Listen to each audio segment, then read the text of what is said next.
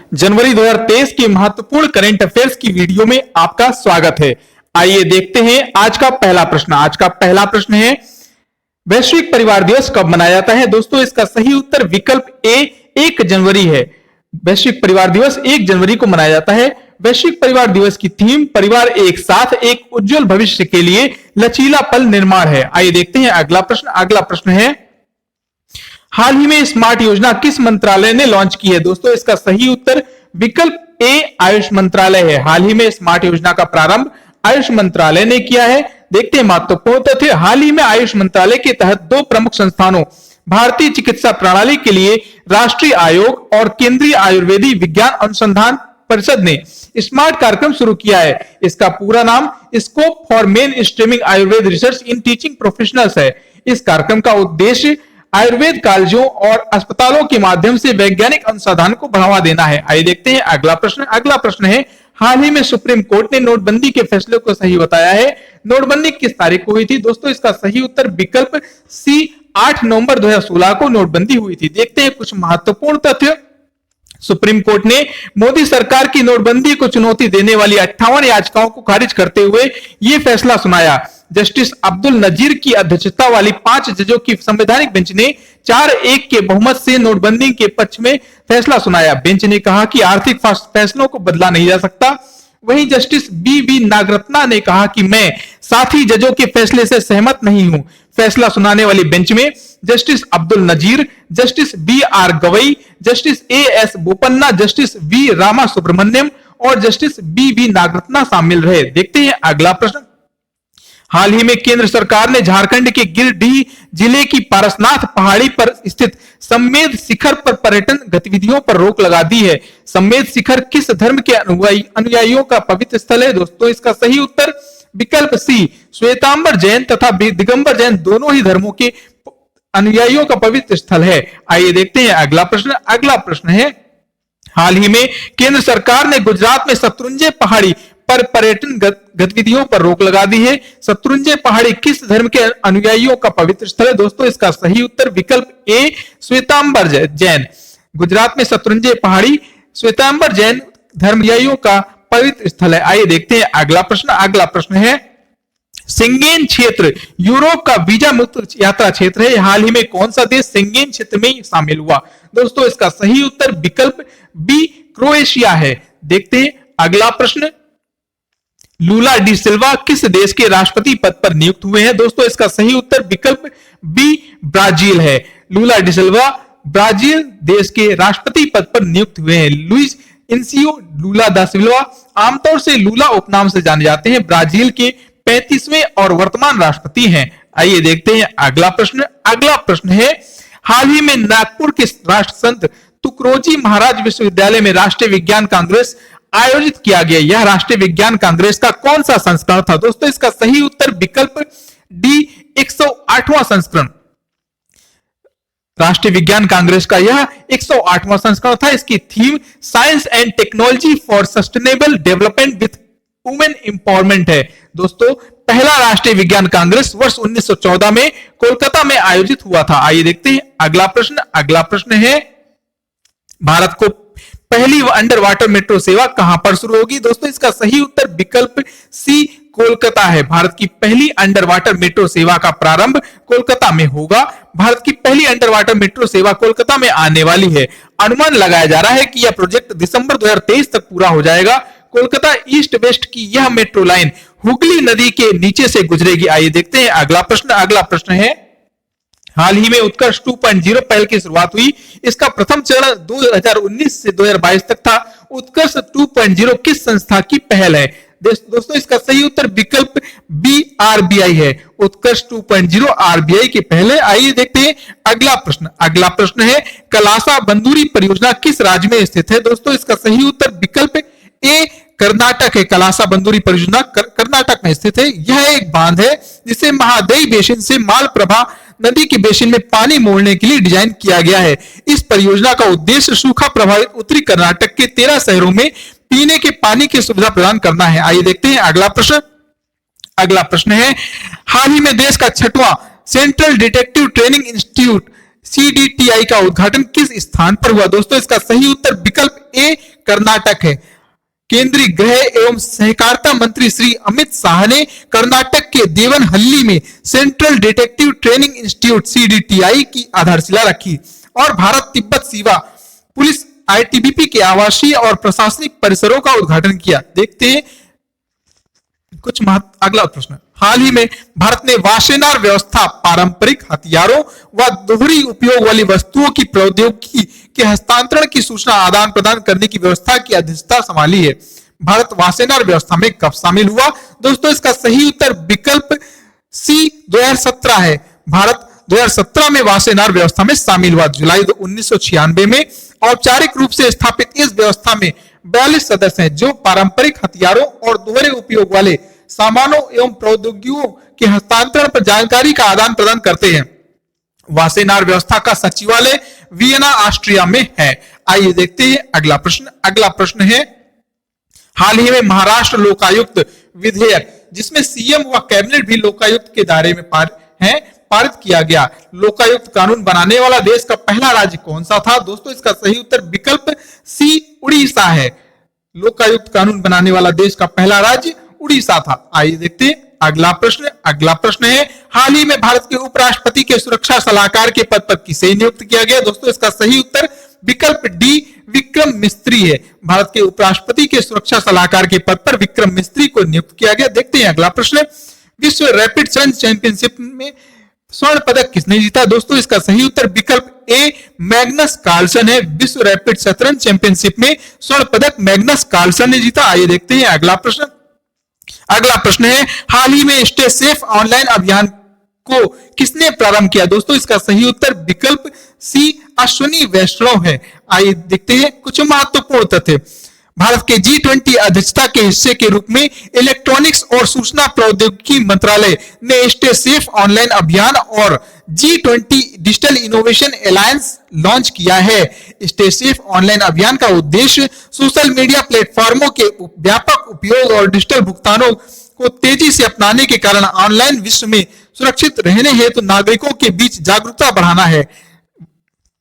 जबकि G20 global digital innovation alliance program का उद्देश्य G20 देशों के साथ साथ आमंत्रित गैर सदस्य देशों को स्टार्टअप द्वारा विकसित नवीन और प्रभावशाली डिजिटल तकनीकों को पहचानने और अपनाने में सक्षम बनाना है। यह 6 महत्वपूर्ण क्षेत्रों यानी agritech, health take, edtech, fintech, secured digital infrastructure और सर्कुलर इकोनॉमी में मानवता की जरूरतों को पूरा करने की परिकल्पना करता है। देखते हैं अगला प्रश्न। अगला प्रश्न है, विश्व ब्रेल दिवस कब मनाया जाता है? दोस्तों इसका सही उत्तर विकल्प बी 4 जनवरी को विश्व ब्रेल दिवस मनाया जाता है। विश्व ब्रेल दिवस 4 जनवरी को लुईस ब्रेल की याद में मनाया जाता है। लुईस ब्रेल का जन्म 4 जनवरी 1809 को पेरिस के पास कुप्रवे में हुआ। उन्होंने मात्र 15 वर्ष की आयु में दृष्टिहीनों के लिए एक अलग लिपि का विकास किया। नवंबर 2018 में संयुक्त राष्ट्र महासभा के द्वारा इस दिवस को मनाए जाने का निर्णय लिया गया। आइए देखते हैं अगला प्रश्न। अगला प्रश्न है, हाल ही में चर्चा में रहे जेल बॉट्स क्या है? इसका सही उत्तर है विकल्प C soft robot. Gel bots soft robots हैं। जेल बॉट्स जिलेटिन से बने ऐसे रोबोट हैं जो जैविक और गैर धातु सामग्री से बने हैं। गौरतलब है कि जिलेटिन पशु कोलेजन से बना एक प्रोटीन है। आइए देखते हैं अगला प्रश्न। अगला प्रश्न है, प्रज्वला चैलेंज किस मंत्रालय ने लॉन्च किया? दोस्तों इसका सही उत्तर विकल्प बी ग्रामीण विकास मंत्रालय ने प्रज्वला चैलेंज लॉन्च किया है। देखते हैं कुछ महत्वपूर्ण तथ्य। दीनदयाल अंत्योदय योजना राष्ट्रीय ग्रामीण आजीविका मिशन ने ग्रामीण अर्थव्यवस्था को बदलने वाले विचारों, समाधानों और कार्यों को आमंत्रित करने के उद्देश्य से प्रज्वला चैलेंज शुरू किया है। ग्रामीण विकास मंत्रालय के सचिव श्री शैलेश कुमार सिंह ने कल नई दिल्ली में प्रज्वला चैलेंज का शुभारंभ किया है। आइए देखते हैं अगला प्रश्न। अगला प्रश्न है, हाल ही में हाइड्रोजन संचालित ट्रेन शुरू करने वाला दुनिया का दूसरा तथा एशिया का पहला देश कौन है? दोस्तों इसका सही उत्तर विकल्प सी चीन है। हाइड्रोजन संचालित ट्रेन शुरू करने वाला दुनिया का दूसरा तथा एशिया का पहला देश चीन है। आइए देखते हैं अगला प्रश्न। अगला प्रश्न है, हाल ही में जयपुर के राजभवन में संविधान उद्यान, मयूर स्तंभ, महात्मा गांधी की प्रतिमा तथा महाराणा प्रताप की प्रतिमाओं का उद्घाटन किसने किया? दोस्तों इसका सही उत्तर विकल्प ए राष्ट्रपति द्रौपदी मुर्मू है। आइए देखते हैं अगला प्रश्न। अगला प्रश्न है, भारत पहली बार एशियाई प्रशांत डाक संघ की अध्यक्षता करेगा, जिसके महासचिव तो डॉक्टर विनय प्रकाश सिंह को बनाया गया है। एशियाई प्रशांत डाक संघ की स्थापना कब हुई थी? दोस्तों इसका सही उत्तर है एशियाई प्रशांत डाक संघ की स्थापना 1981 में हुई थी, जिसका अध्यक्ष भारत है, जिसके महासचिव डॉक्टर विनय प्रकाश सिंह को बनाया गया है। देखते हैं अगला प्रश्न। अगला प्रश्न है, सियाचिन में तैनात होने वाली पहली महिला अधिकारी कौन है? दोस्तों इसका सही उत्तर विकल्प बी शिवा चौहान है। सियाचिन में तैनात होने वाली पहली महिला अधिकारी कैप्टन शिवा चौहान है। देखते हैं अगला प्रश्न। अगला प्रश्न है, विश्व पक्षी दिवस कब मनाया जाता है? दोस्तों इसका सही उत्तर है विकल्प सी 5 जनवरी को विश्व पक्षी दिवस मनाया जाता है। देखते हैं अगला प्रश्न। अगला प्रश्न है, गान नगाई उत्सव किस राज्य का फसलोत्सव है? दोस्तों इसका सही उत्तर है गान नगाई फसलोत्सव मणिपुर राज्य का है। आइए देखते हैं, मणिपुर में जेलियोंग ग्रोंग समुदाय का गान नगाई त्योहार 4 जनवरी 2023 को मनाया गया। गान नगाई त्योहार मणिपुर के प्रमुख त्योहारों में से एक है, जो हर साल फसल की कटाई के बाद मनाया जाता है। देखते हैं अगला प्रश्न। अगला प्रश्न है, हाल ही में यूएनएससी के 5 नए अस्थायी सदस्यों का चुनाव हुआ, निम्न में से कौन अस्थायी सदस्य नहीं है? दोस्तों इसका सही उत्तर है विकल्प एफ मैक्सिको। मैक्सिको यूएनएससी का अस्थायी सदस्य नहीं है। देखते हैं कुछ महत्वपूर्ण तथ्य। यूएनएससी में कुल 15 सदस्य होते हैं, जिनमें 5 स्थायी सदस्य जो कि चीन, अमेरिका, रूस, ब्रिटेन, फ्रांस है, तथा 10 अस्थायी सदस्य होते हैं।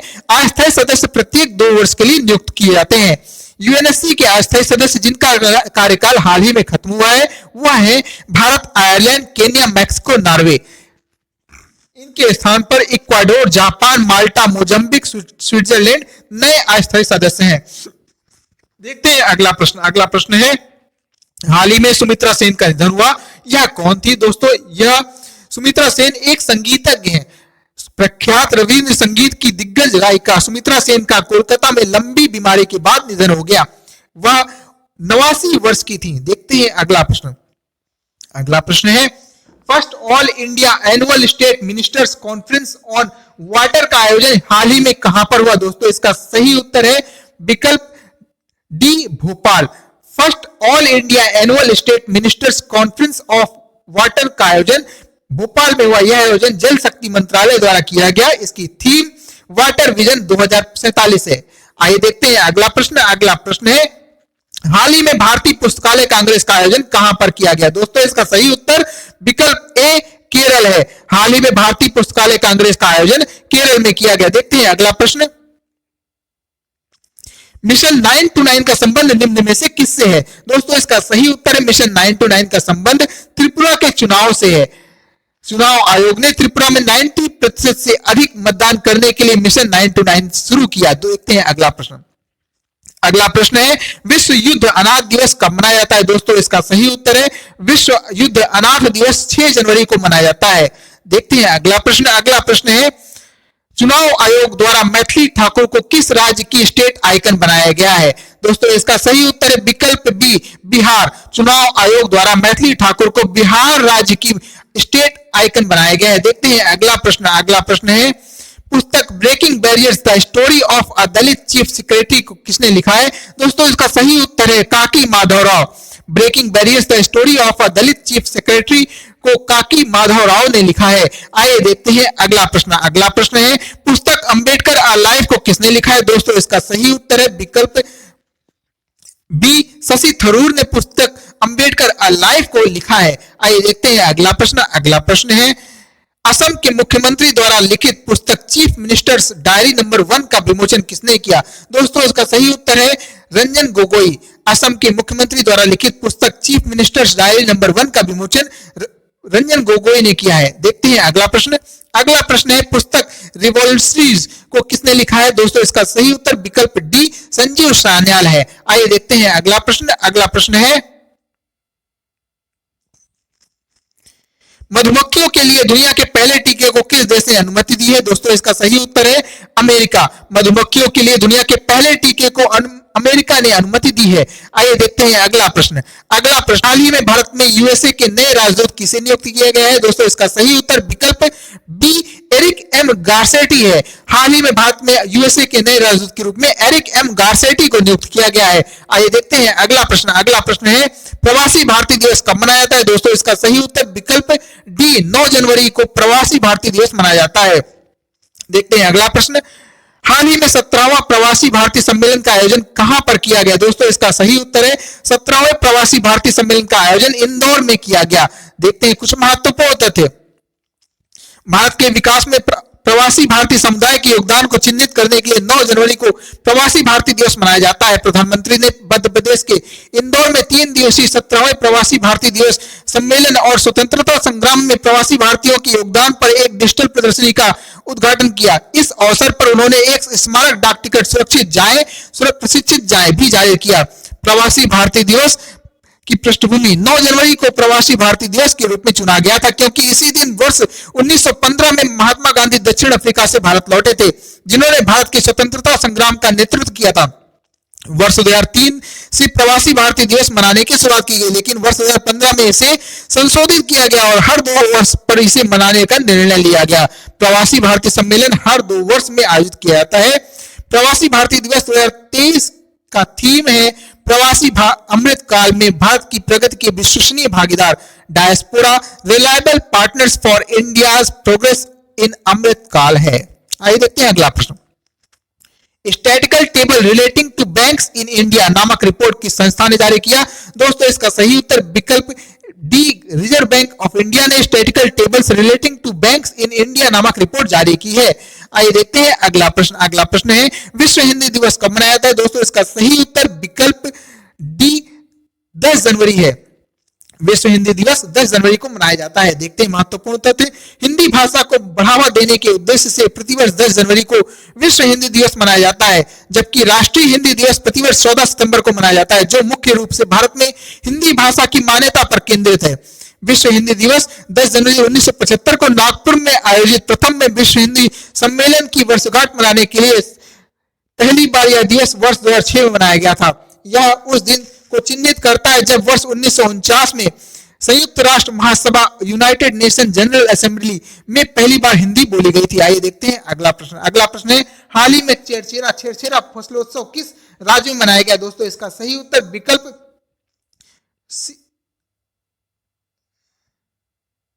दोस्तों इसका सही उत्तर विकल्प डी छत्तीसगढ़ है। देखते हैं अगला प्रश्न। अगला प्रश्न है देश का पहला पूर्णतः डिजिटल बैंकिंग राज्य बनने की घोषणा किस राज्य ने की है? दोस्तों इसका सही उत्तर विकल्प डी केरल। केरल के मुख्यमंत्री पिनरई विजयन ने घोषणा की कि केरल राज्य ने अपनी बैंकिंग सेवा को पूरी तरह से डिजिटल कर दिया है। देखते हैं अगला प्रश्न। अगला प्रश्न है राष्ट्रीय युवा दिवस कब मनाया गया? दोस्तों इसका सही उत्तर विकल्प डी 12 जनवरी को राष्ट्रीय युवा दिवस मनाया गया। आइए देखते हैं अगला प्रश्न। अगला प्रश्न है भारत ने किस देश के साथ प्रथम वायुसैन्य अभ्यास वीर गार्जियन किया है? दोस्तों इसका सही उत्तर है विकल्प बी जापान के साथ भारत ने वीर गार्जियन युद्ध अभ्यास किया है। भारतीय वायुसेना की स्थापना 1932 में की है। आदर्श वाक्य है touch the sky with glory. आइए देखते हैं अगला प्रश्न। अगला प्रश्न है हाल ही में वर्ल्ड स्पाइस कांग्रेस का आयोजन कहां पर किया गया? दोस्तों इसका सही उत्तर है विकल्प ए मुंबई में वर्ल्ड स्पाइस कांग्रेस का आयोजन किया गया।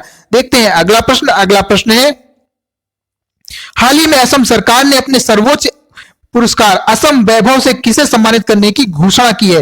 दोस्तों इसका सही उत्तर है डॉक्टर तपन सैकिया को असम सरकार ने अपने सर्वोच्च पुरस्कार असम वैभव से 2023 से सम्मानित करने की घोषणा की है। आइए देखते हैं महत्वपूर्ण तथ्य। असम सरकार ने राज्य में कैंसर देखभाल के क्षेत्र में विशिष्ट योगदान के लिए डॉक्टर तपन सैकिया को राज्य के सर्वोच्च नागरिक पुरस्कार असम वैभव से सम्मानित करने का निर्णय लिया है। गुवाहाटी में मुख्यमंत्री हेमंत बिश्व शर्मा ने 5 लोगों को दूसरा सर्वोच्च नागरिक पुरस्कार असम सौरव प्रदान करने की घोषणा की है। यह पुरस्कार अबाहन थिएटर के प्रसिद्ध निर्माता कृष्ण राय, फुटबॉल खिलाड़ी गिलबर्ट संगमा, लान बाल खिलाड़ी नैन मोनी सैकिया, वैज्ञानिक डॉक्टर बिनोई कुमार सैकिया और डॉक्टर शशिधर फुकन को मिलेगा। देखते हैं अगला प्रश्न। हाल ही में इसरो ने भारत में स्पेस टेक्नोलॉजी स्टार्टअप के विकास को बढ़ावा देने के लिए किसके साथ एक समझौता किया है? दोस्तों इसका सही उत्तर है विकल्प डी माइक्रोसॉफ्ट। माइक्रोसॉफ्ट के साथ इसरो ने भारत में स्पेस टेक्नोलॉजी स्टार्टअप के विकास को बढ़ावा देने के लिए समझौता किया है। दोस्तों यदि वीडियो पसंद आई हो तो वीडियो को लाइक करें, चैनल्स को सब्सक्राइब करें तथा नोटिफिकेशन को ऑन कर लें। जय हिंद भारत।